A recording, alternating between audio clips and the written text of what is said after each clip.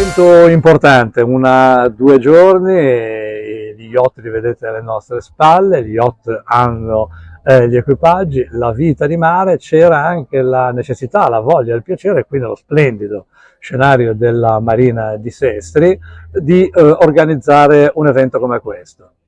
Assolutamente sì, benvenuti intanto al CU Yacht Sales and Charter Days, questa 2 giorni di maratona per yacht disponibili al charter e alla vendita, accompagnato da una parte espositiva a terra di operatori del settore e alcune attività dedicate alla diffusione di informazioni che riguardano lo yachting e delle attività per gli equipaggi.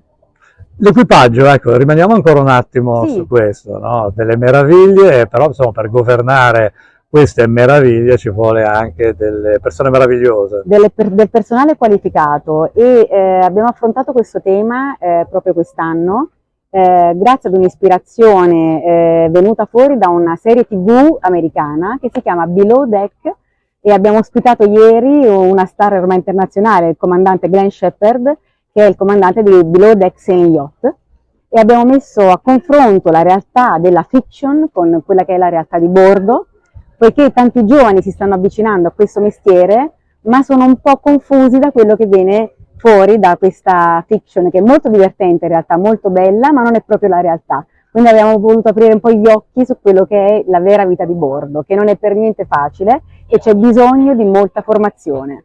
Ecco, 2 giorni per spiegare. Dall'altra parte, dicevamo prima dell'intervista, anche tanta attenzione alla sostenibilità, che è una parola un po' di moda, che però non deve diventare mai abusata, perché poi ha valori profondi. No.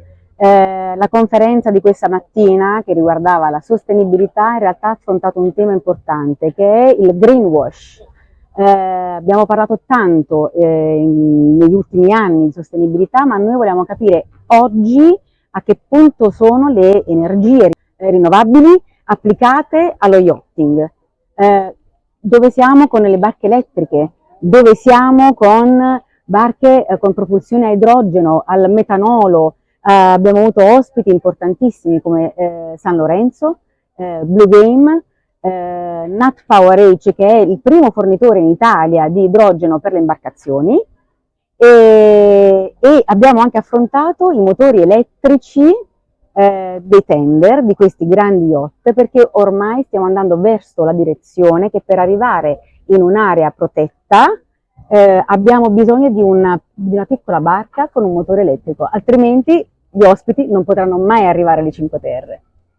Allora, per chiudere, poi invece la Marina l'abbiamo definito, uno splendido scenario, ci sono, come dire, non ci sono parole per definirlo, un grande valore per la città, ma anche un cuore pulsante, no? Tutto l'anno. Assolutamente sì, noi ci definiamo un po' la porta d'ingresso della città per tantissime persone, ragazzi, spesso giovani, che vengono da tutto il mondo. Ci definiscono anche come un home port, dove queste barche vengono qui e sostano per lunghi periodi invernali, abbiamo ristoranti, abbiamo bar per permettere che la vita di bordo venga integrata con quella a terra in una maniera diciamo più semplice possibile, più naturale possibile. E quindi allora un invito a venire a visitare la Marina. Assolutamente sì, siamo qua al Marina Genova. Marina Genova. Grazie. A Sestri Ponente. A Sestri Ponente.